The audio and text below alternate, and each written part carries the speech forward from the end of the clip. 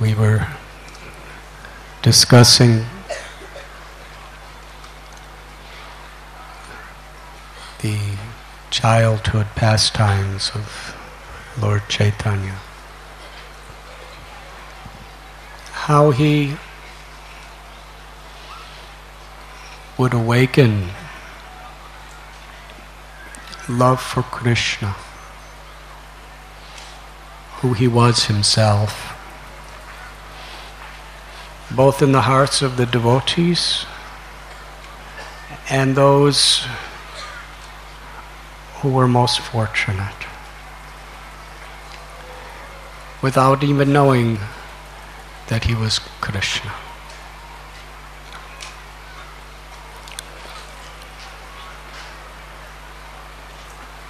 For those who had not previously been devotees of Krishna, by developing love for him, they naturally, spontaneously developed love for Krishna. And for those who were Krishna's eternal associates,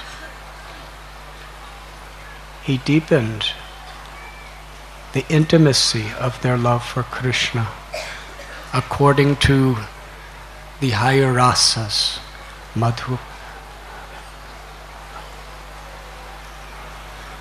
the higher rasa of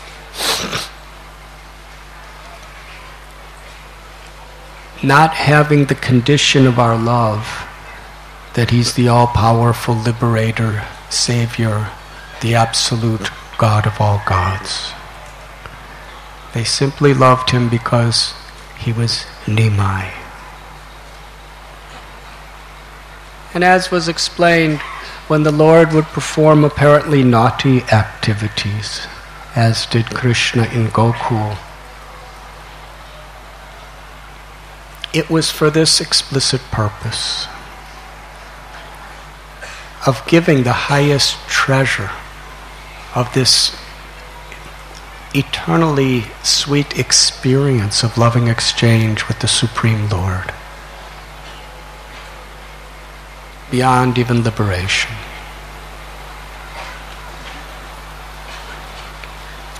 So, Nimai was very naughty, and his father began to teach him how to read and write. Small boy. Vedaham samatitani bharatamani charjuna. Krishna tells in Gita, I know everything past, present, and future. I know all beings. Krishna says, Vedanta krit veda vedeva chaham. I am the compiler of all the Vedas. I am the knower of the Vedas, and all the Vedas are to know me. But that same truth is learning how to write. This is how to make the first syllable of the alphabet, the first letter. And Nimai was so enthusiastic. Immediately he would draw it. And people were spellbound by this sweet accent in which he would speak the letters of the alphabet. And he would speak them all with the names of Krishna. But still very restless. But there was one person he was very respectful toward. And that was his elder brother, Vishwarup, who was about 10 years older than him. Vishwarup was a great scholar. He was very beautiful. Kind, gentle, respectful toward everyone. He was watching the pastimes of his little brother, Nimai. And actually, in all of Navadvip, he was the only person who understood that this is Krishna of Gokul. He enjoyed watching his naughty pastimes and all of his different activities with such love. But to not disturb the Lord's purpose, he would not reveal it to anyone. Meanwhile, he was such a deep devotee. He loved to associate with other devotees. From all the great scriptures of bhakti we read, this is one of the primary characteristics of a true devotee, is to take the greatest pleasure in the association of other devotees. To not take for granted. Manushyanam sahasreshu kaschid yatati siddhaye. To actually sincerely and earnestly strive on the path of devotion is something very rare. Sometimes devotees would find faults with other devotees to Srila Prabhupada. And Srila Prabhupada would say, if a person is dirty, but they're in the shower, we shouldn't criticize them for being dirty. We should appreciate that they're in the shower. Because it's just a matter of time, if they just stay in there, that they'll be clean. But if we criticize too much, they may leave the shower. So somehow or other, to appreciate, as Gurudas Prabhu so poetically explained yesterday, that we were work in progresses. Srila Prabhupada, Nityananda, Lord Chaitanya would bring people from all different backgrounds. And by giving them the holy name and the principles of bhakti, giving everybody a chance to become completely purified. And despite our anarthas, our conditionings, our mistakes, if we're earnest, honest, and sincere in following these divine principles given by Srila Prabhupada and our previous acharyas, then we attract Krishna's grace. To be a fallen soul and attract grace is a much more hopeful situation, infinitely more hopeful than being extremely pious, extremely religious, and being so proud of what we are that we don't attract that grace. Narottam Das Thakur saying, Patita pavana hetu tava avatara mosamo patita prabhu napai beyar. That Lord Chaitanya, you are Patita Pavana. You are the friend of the most fallen. And if you search the whole world, you will find no one is more fallen than me. So my claim should be first. And this was the same mood as Lord Chaitanya, as Rupa Goswami and Sanatana Goswami. Sri Chaitanya Mahaprabhu told us that they are in our acharyas, the Sambandha Guru and the Abhideya Guru. The gurus that are teaching us how to establish our relationship with Krishna and how to actually realize the perfection.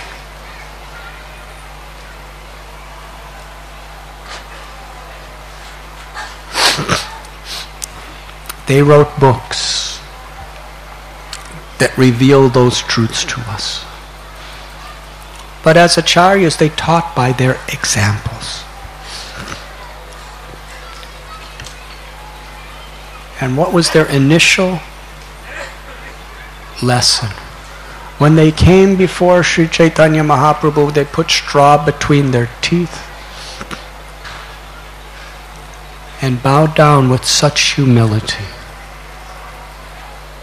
saying, "You have come to deliver the most fallen, and for your name to be glorious, all you have to do is deliver us, because there is no one more fallen than us. We are lower even than Jagai and Madhai.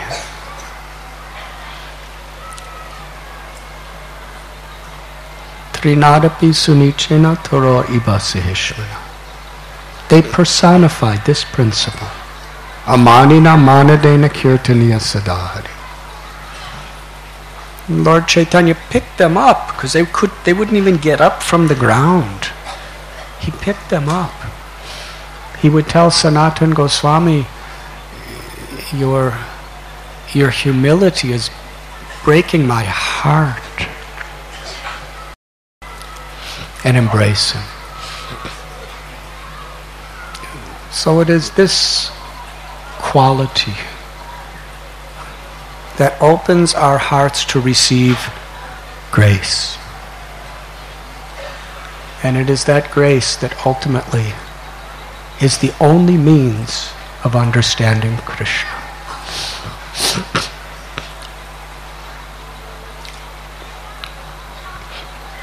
Vishwarup, he just loved to be with those who loved Krishna.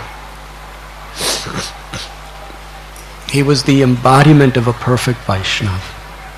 Even though he was very young, he was only a teenager. And Advaitacharya was a very elderly man, as was Thakur Haridas, Srivas. But they loved him.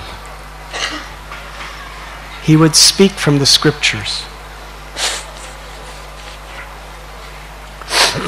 And when he would speak, he had scholarship.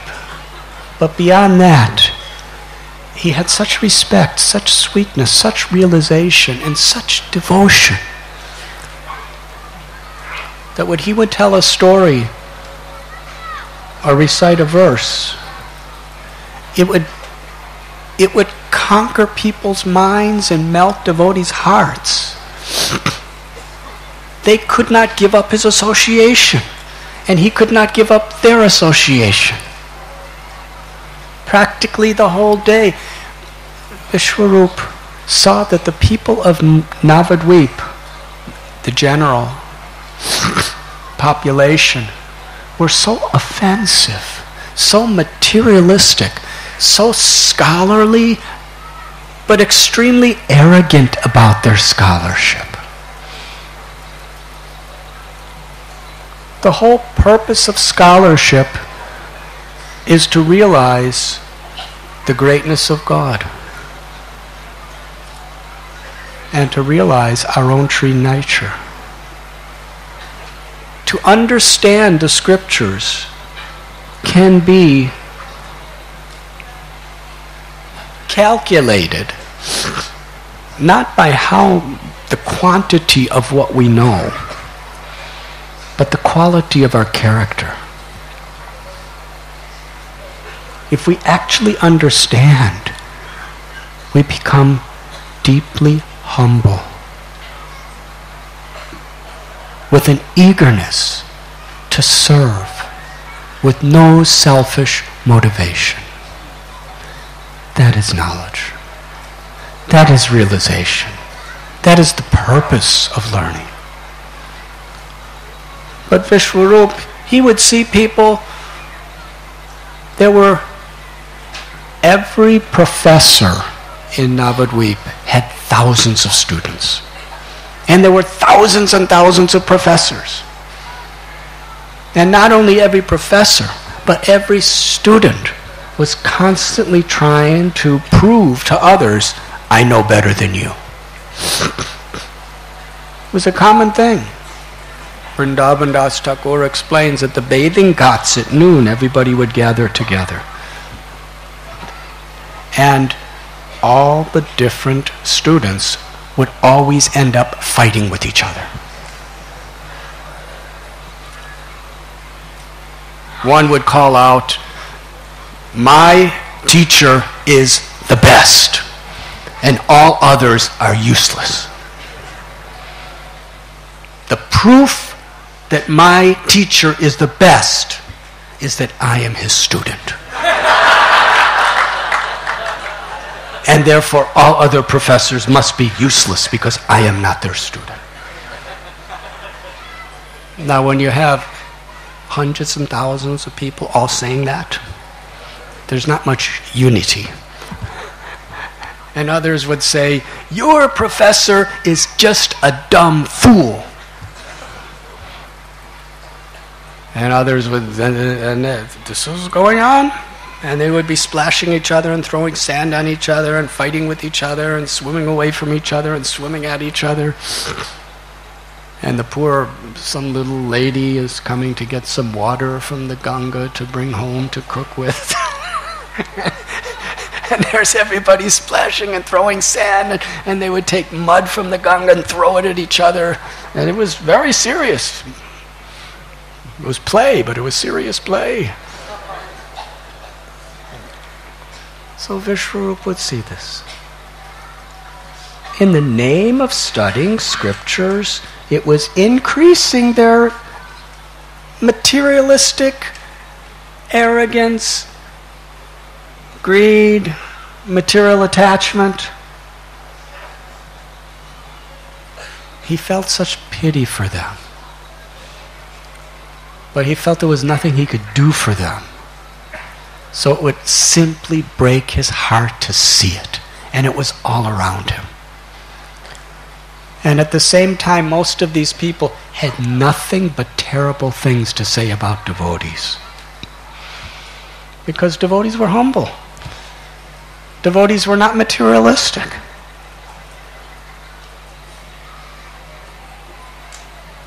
And devotees were talking about a supreme God that we should serve. This is contrary to their whole conception. So therefore, Vishwarup, he would get up really early in the morning, before practically anyone would be awake, and he would go to bathe in the Ganga. And then he would go to Advaitacharya's house and stay there all day, where they just talked about Krishna, chanted about Krishna, helped Advaita in his seva to the deity of Krishna. They were together. It was the spiritual world. He wouldn't go anywhere else. But his mother, Sachi, when she would finish cooking lunch, she would tell little Nimai, "Go bring your brother Vishwarup for lunch." So Nimai, he was just that restless little child playing with all his friends and doing all his pastimes. And he would come running to Advaita's house, and he would see Vishwarup, and he was just clothed sometimes, very simple, covered with dust. He'd be smiling, and he'd say, "Vishwarup, Mataji is calling you home." And Vishwarup would be in the middle of Hari Katha with all of these senior people 3 times his age. And little Nimai would grab Vishwarup's cloth, his dhoti, and pull it. Mother's calling us, mother's calling us. The devotees, they couldn't understand why. They were so attracted to this little Nimai. With unblinking eyes, they were looking at him. They couldn't even talk about Krishna. They couldn't even chant Krishna's names. All they could do is look at this little boy. He mesmerized them. He totally captured their entire consciousness. They couldn't even move. They just stood like statues looking at him as Nimai was smiling and pulled his brother's clothes, and they ran off with him. And the devotees looked at each other. Who is that boy? How does he do this to us?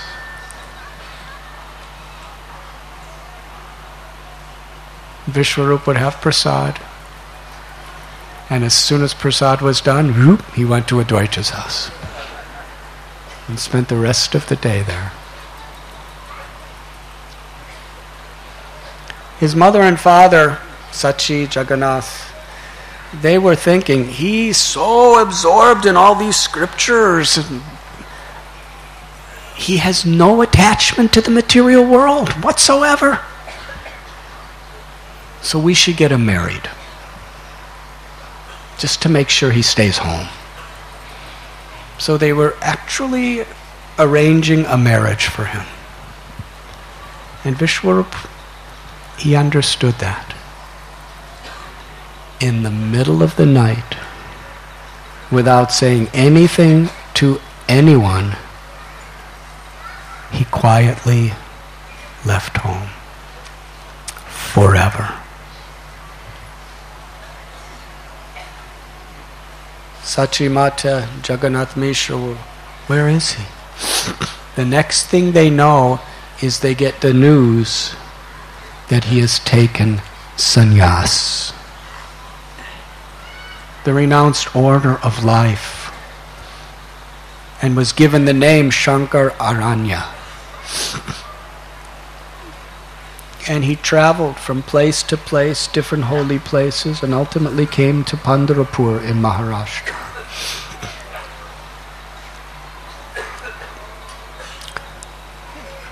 Because they loved him so dearly.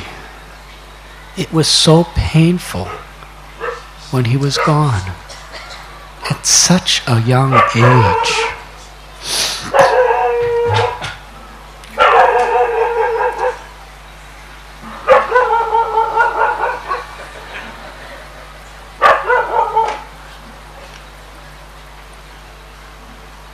He doesn't even need a microphone. Krishna empowers everybody in special ways.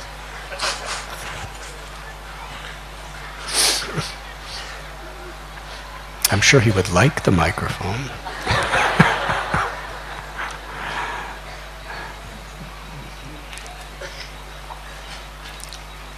Their hearts were broken. Vishwarup was Balaram. He's an expansion of Nityananda Balaram. He attracted their love in that way. And it is described how Jagannath Mishra and Sachi Devi, they were so much grief-stricken. And little Nimai was so grief-stricken. That was his older brother. That was his dearest friend. That was the one person he really looked up to in Navadvip. He was crying, "My Vishwarup, my brother, you have left me." And Sachimata Jagannath Mishra, they were besides themselves. And the relatives were coming and trying to pacify them. They said, "Actually, you are so fortunate." Even though they were crying. The relatives were crying in separation. Unbearable that he's left us. But they were saying, "You are so fortunate that you have such a son like this." According to the scripture, if someone in your family becomes a sannyasi, 60 million relatives are elevated to Vaikuntha. That's what they were saying. So you are so fortunate. You will, not only you, but because of your son, everyone will be delivered. Your forefathers, your future generations, everyone. But for a mother and father whose hearts are broken, all this philosophy doesn't really have much effect. They just wanted Vishwarup. They didn't care all about this Vaikuntha liberation. But Jagannath Mishra would become very philosophical.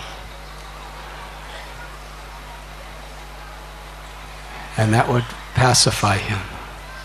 Then he would think of the qualities of Vishwarup and break down crying again.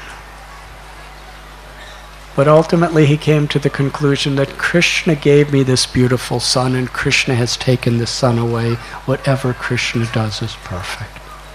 Let me just worship Krishna. Meanwhile, all the devotees, can you imagine? Day and night. They could not be away from Vishwarup. They loved him so much because he loved Krishna so much. And his love for Krishna was so contagious.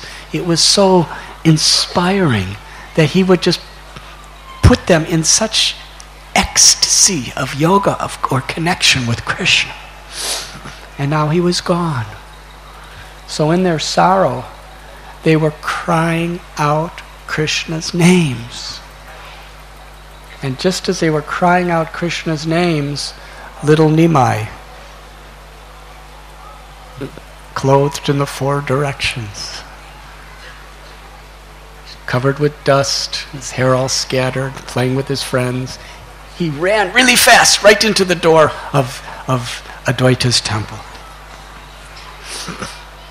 And he just smiled, stood there and smiled. They just looked at him and said, again, they just stopped everything and looked at him.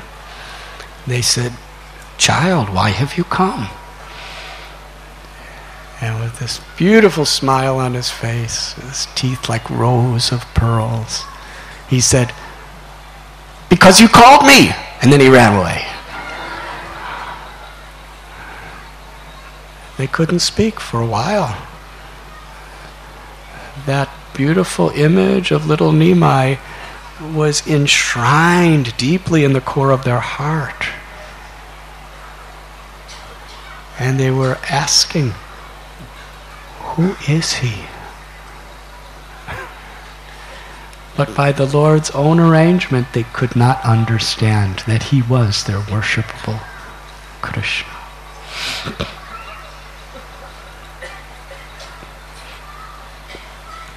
After some time, Jagannath Mishra approached Sachi Devi and said, "Our son Nimai, he's too engrossed in studies." Because you see, after Vishwarup left, Nimai, he told his mother and father, "You may have lost one son, but you still have me. I am here with you." He became very sober and really started giving up his mischievous activities and went deep into his studies.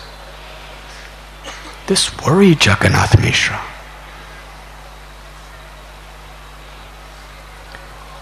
He said to Sachi Mata, because he's studying the scriptures so carefully, just like Vishwarup did, he's going to come to the conclusion that this world is full of illusions, that everything is temporary, that ultimately in this whole world it all culminates in death and suffering.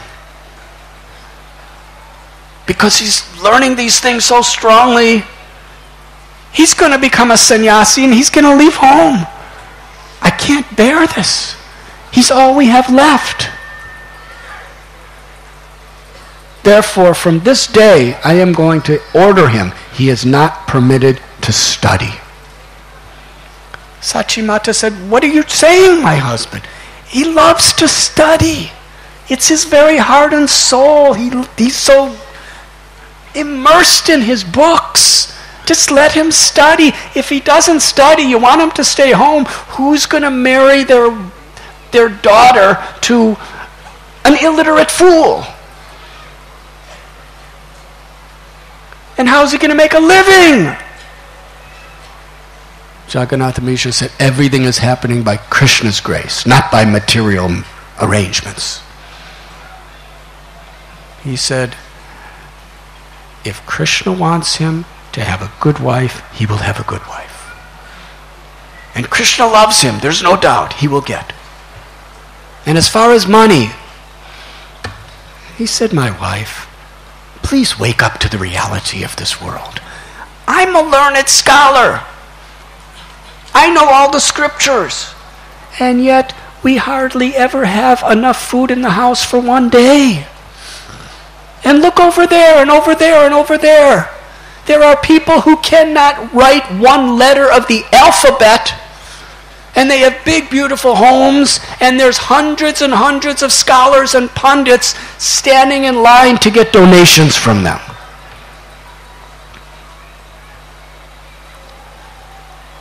Then he called Nimai and said, Nimai, from this day, you are forbidden to study any books. You can do anything else you want, but not study. I will be totally lenient on you for everything except study. So Nimai was obedient about that. And he did whatever he wanted. He had his friends, and they really played in the day. Should I give some examples given in the Chaitanya Bhagavat? He would go during the day with his friends and look around at things that they could attack at night. At night, two friends, they'd cover with a big white blanket, and they looked like a bull. Two little children with a blanket over both of them. And they'd go into these gardens and start knocking down all the banana trees. And when the people in the house would hear, they'd come out and they'd see this giant bull knocking down the banana trees, and they didn't know what to do.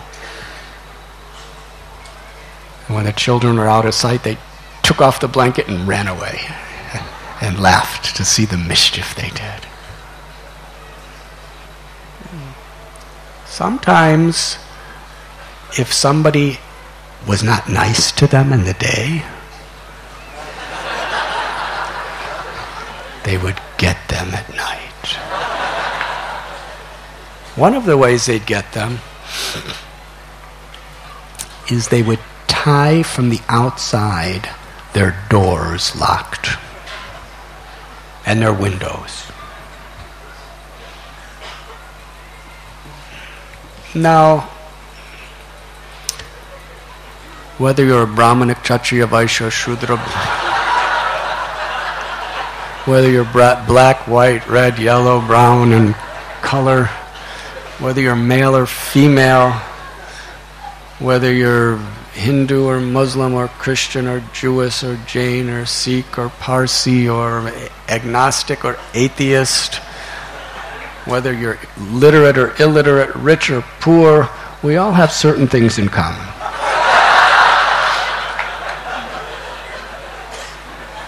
And one of those things is when nature calls, you must respond. So these people at night, because they would have to use the washroom. But you see, in those days, they didn't ever have toilets in their houses. They would always be outside of the house. That was the Brahminical and clean thing to do, which Navadvip was very strict about. So when nature called, they went to the door to go outside.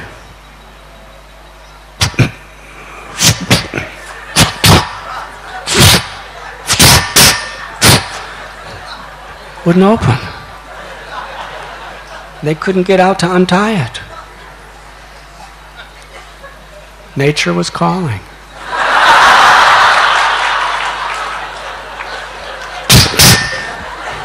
Soon nature was crying. Soon nature was screaming. And they were beating on the door from the inside. Let us out! Let us out! Ah, let us out! And soon nature was howling. And it was not Brahminical to do it inside the house. And Nimai and his friends would be outside laughing and laughing and jumping and clapping. And they'd run away. without even untying the door.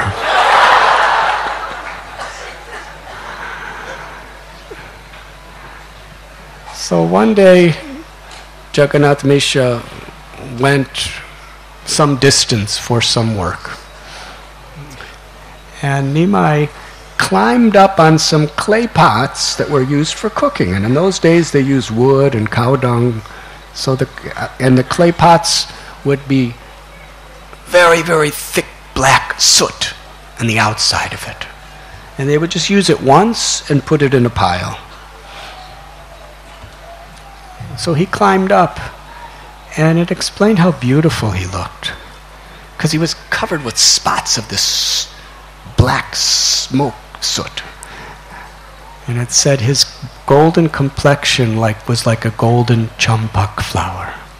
And the black spots were like honeybees, like black bees hovering around him. So some children ran to Sachimata and said, "Your son is in a very unclean place." So she ran and she saw him on top of all these pots. And she said, "Nimai, what are you doing there? That's filthy, dirty." And Nimai said, "Mother, don't you understand? Wherever I am, everything becomes purified." It's just a little boy. He's speaking the truth. Krishna said it in the Gita and everyone's like this. But when Nimai says it, everyone's like, "What are you talking?" Speaking. He was in the mood of Dattatreya. He started speaking philosophy. What is this unclean and clean? It's all relative, mundane terminologies and conceptions. Ultimately, everything is coming from the same source, and everything is perfect, and everything is pure. Don't you know this, Mother? And besides that, how do you expect me to differentiate between what is clean and what is unclean, what is good and what is bad, if you do not allow me to study?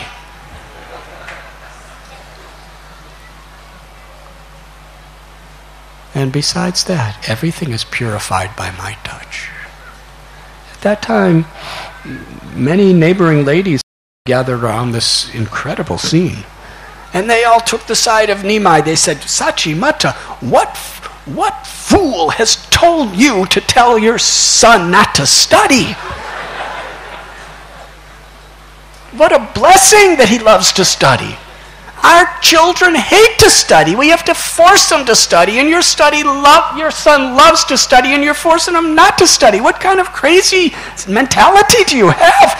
He's right. He has a right to stay on these pots if you don't allow him to study." And Sachimata was grief-stricken, and ultimately he wouldn't get down. He was just smiling like the king of the mountain of old dirty pots. And finally, Sachimata had to climb up the pots herself and pick up her little son and take him down. And when Jagannath Mishra came home, she told him, "Our son is not happy." And then all the people around, the family members, were saying to Jagannath Mishra, they gave him the same philosophical arguments from a reverse position. They said, if he studies, if Krishna wants him to stay home, if he studies and if he becomes a scholar, then he won't leave home. Just depend on Krishna.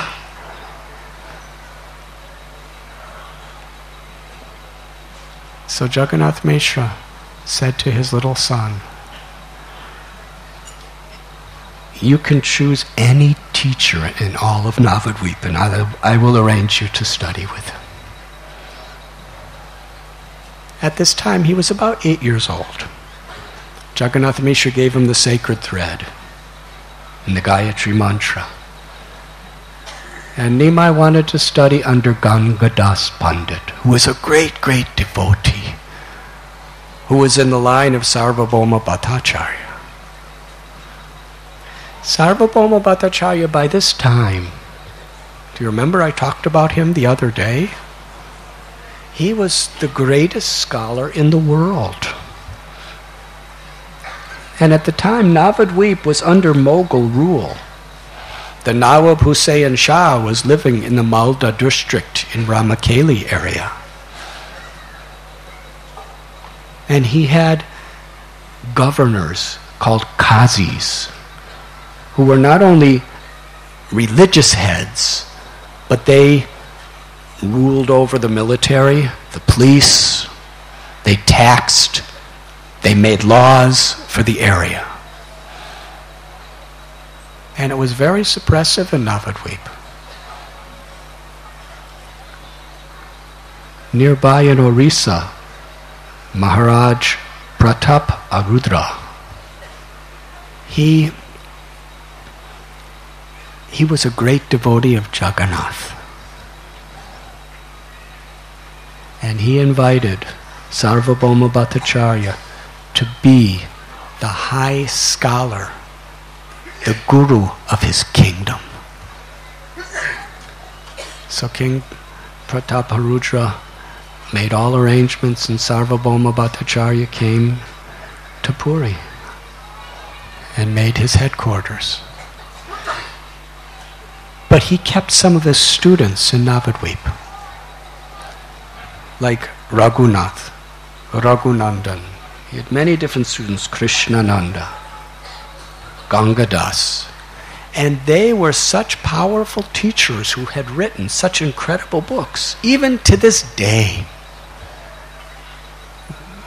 In Bengal, some of the highest authority books on grammar and so forth were written by the disciples of Sarvabhauma Bhattacharya.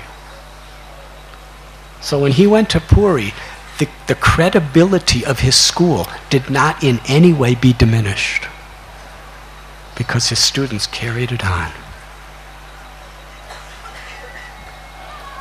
So little Nimai was brought by his father to Gangadas Pandit. And Gangadas Pandit was so happy to see such an irresistibly loving child. And any lesson Nimai learned, upon hearing it once, he mastered it. And even though Gangadas Pandit had students in the same classes that were 10, 15, 20, 30 years older than Nimai, he quickly made Nimai his prize student. And Nimai he was in the mood of Navadvip, but he excelled everybody. Some of the older students were like practically his father's age.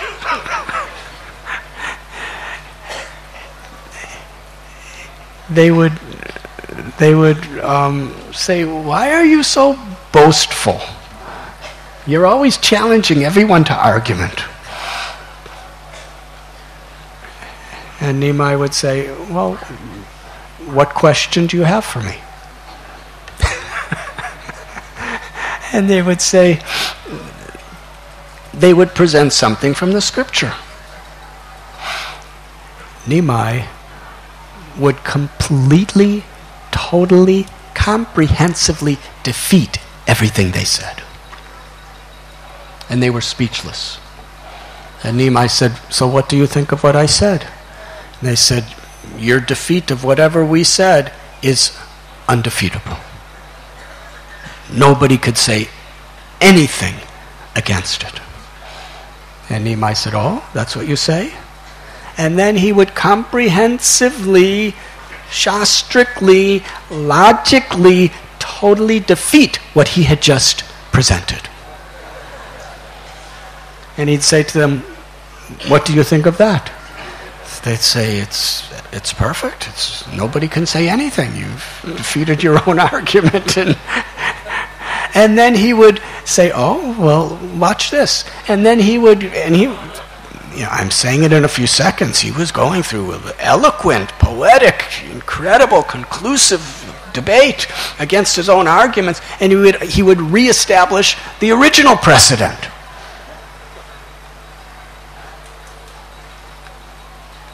And after that, all of them said, Nimai, we want to be your student.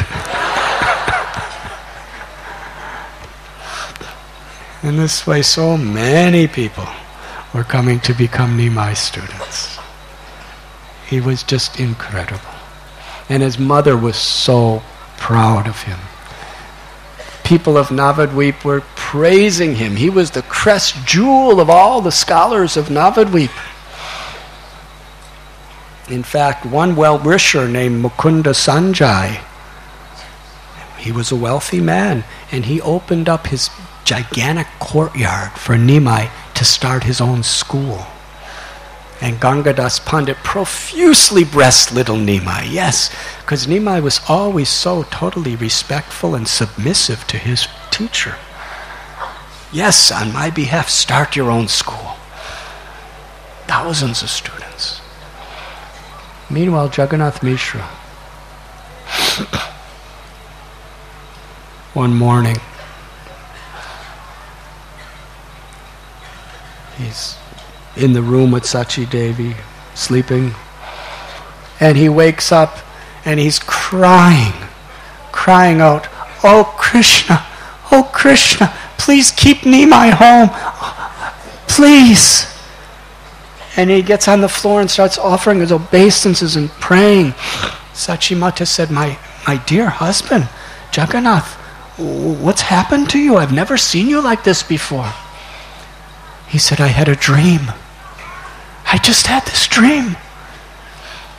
I saw our Nimai, his beautiful, luxuriously curling black hair that encircles his moon-like face was all shaved off.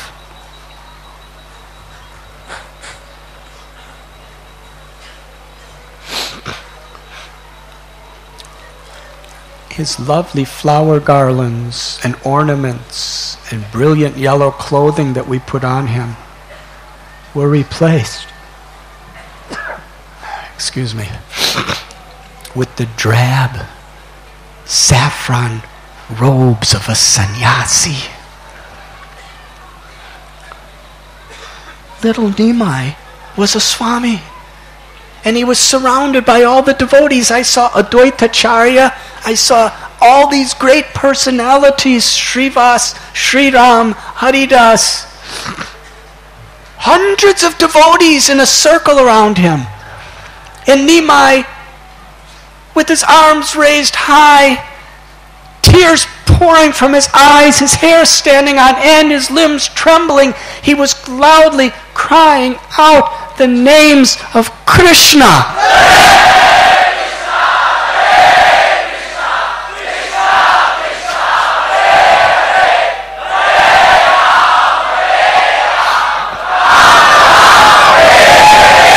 He was inducing all the devotees to manifest tears of ecstasy. They were dancing with him in a circle around him, worshiping him, honoring him. Then I saw our little Nimai. He got on a seat and put his feet out.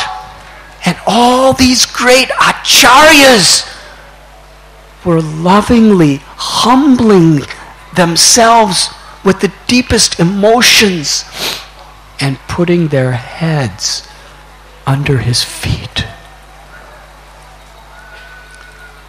And then the dream shifted, and I saw our little Nimai as a sannyasi. He was traveling southeast toward Jagannath Puri. And there were thousands, tens and thousands, hundreds and thousands of people following him. He was dancing, he was singing, and he was inducing everyone to taste the sweet ecstasy of love of Krishna as he impelled all of them to raise their arms, loudly crying Krishna's holy names.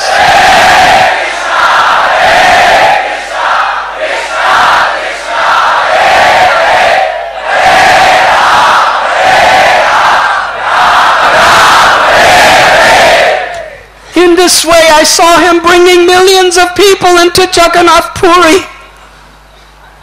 Dear Sachi Mata, I fear that Nimai is going to leave home. Sachi Mata said, don't take your dream so seriously. It was nothing but a dream.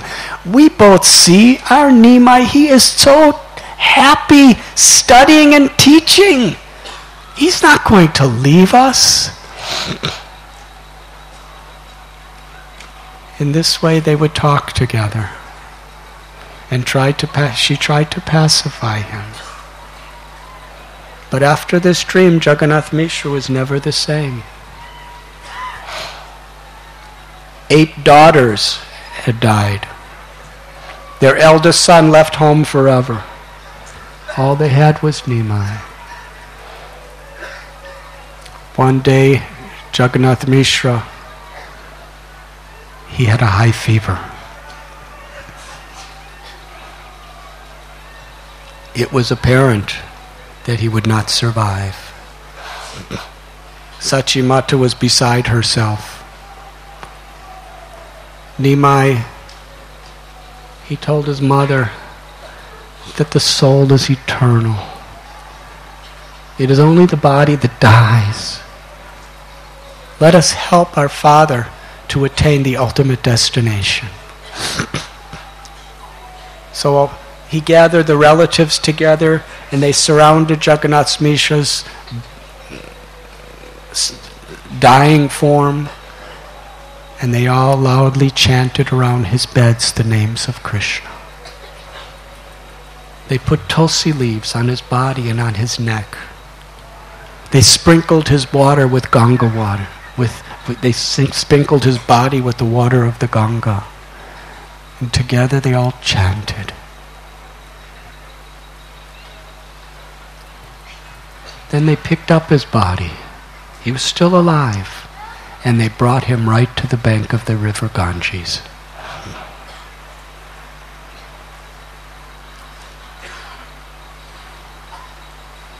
And Nimai, with deep emotion, he clasped to his heart the feet of his father and wept. He said, "My dear father, if you leave me, who will I call my father?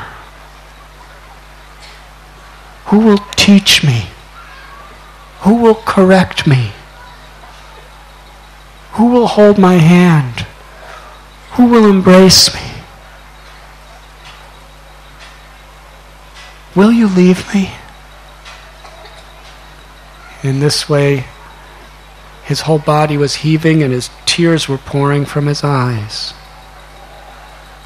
And seeing this, Jagannath Mishra, very softly, he spoke.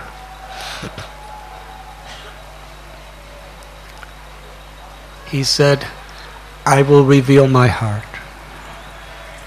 I cannot speak much. I have no capacity.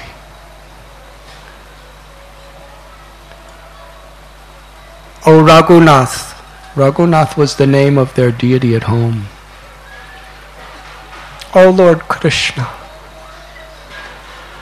you are taking me away. I entrust you with the care of my son and my wife. Please protect them. Please bless them with your grace." And after speaking that, surrounded by the chanting of the holy names, Jagannath Mishra chanted Krishna's name and his soul departed. Sachi Mata came to him at that. She was right there. She fell to her knees. "That I've been with you all these years. When you're eating, when you're sleeping, when you're walking, when you're facing problems, when you're facing joys, We've been together always. Why? Why is it that I can't come with you? Why have you left me here? All I have left now is Nimai. He has no father.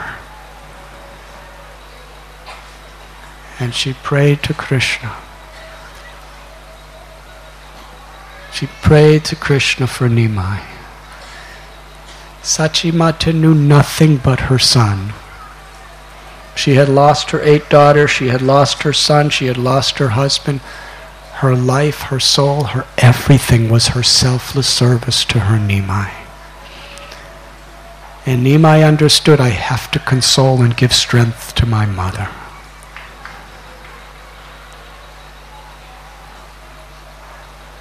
And by the power of his beauty and his affection, that whenever Sachimata looked upon Nimai, there was no possibility of even a trace of sorrow in her heart. But it's explained, if Nimai was not before her, by his presence, for even a few minutes, Sachimata would go blind. She couldn't see anything.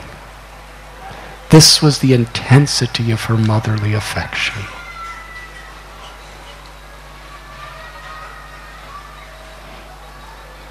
I was planning to speak and end on a more happy, positive, of course everything's positive, but I'm scheduled to sing Damodarastakam in 5 minutes. So.